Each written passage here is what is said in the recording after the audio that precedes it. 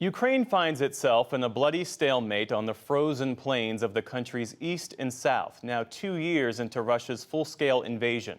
Russian and Ukrainian forces have taken immense losses throughout the war, and now there are calls in Kyiv for a mass mobilization. But many people are answering their own calls to protect their nation and joining up. Nick Schifrin and filmmaker Amanda Bailey in Kyiv introduce us to one of them. On the stage of war, one man plays many parts. And on the streets of Ukraine's capital, Yura is recasting himself. At some point, you're accepting your fate and you just believe. So, if you should live, you will live. If no, you will die. Before the full-scale invasion, the 28-year-old who asked us to withhold his last name was a snowboard instructor, a tour guide, an IT specialist, a model. But after the invasion, he swapped the suit vest for one that stops bullets. He translated for and drove a Human Rights Watch team into and through the horrors of war to document Russia's crimes. War forever transforms its victims and witnesses. When we came to Bucha, I can remember definitely that smell of rotten bodies. It was like, I don't know, like a horror movie. And I remember that screams of mothers who were recognizing their children. And it was something that you cannot forget. Nothing about this war will be forgotten. In the center of Kyiv, the carcasses of Russian armor are rusting witnesses to Ukrainian courage. All that burned down is because somebody, just like in a distance of 100 or 200 meters, had enough bravery and skill to shoot the rocket. Yura says he now needs to find his own bravery. He's tried to help the war effort in other ways, but Russia now has military momentum, and Yura says too many of his friends are fighting the war outmanned and increasingly outgunned. A lot of them already 2 years in this hell, despite the fact maybe that I don't really feeling like I'm the warrior. I need to start training, enlisting. In January, he started basic training. It was the first time he'd ever held a gun. I never expected that at some point of my life I would know how to clean a gun, how to shoot a gun, and actually I don't want now to know this if there wouldn't be a war. But I want to protect my country.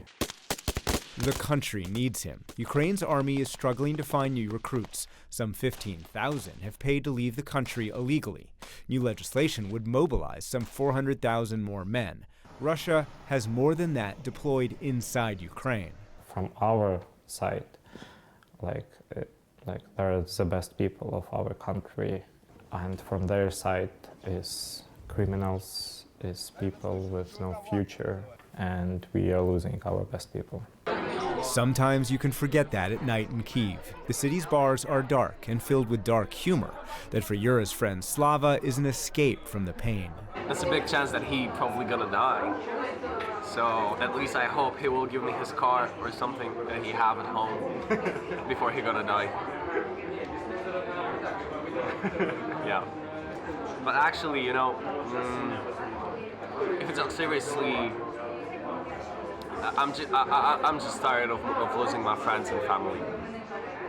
So that's my main thought about this. I don't think that I can say anything more about this. Loss is a terror that his mother, Natalia, hopes to never know. Her husband was drafted. It's hard to bear her son's choice. When Yura told me he was going too, it was very hard for me to accept it, because I understand that anything could happen there. Every mother probably feels it when she sends her children.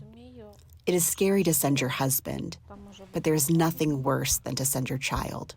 Are you afraid? Yes. Yes, it's normal to be afraid. And afraid that I could die, I could became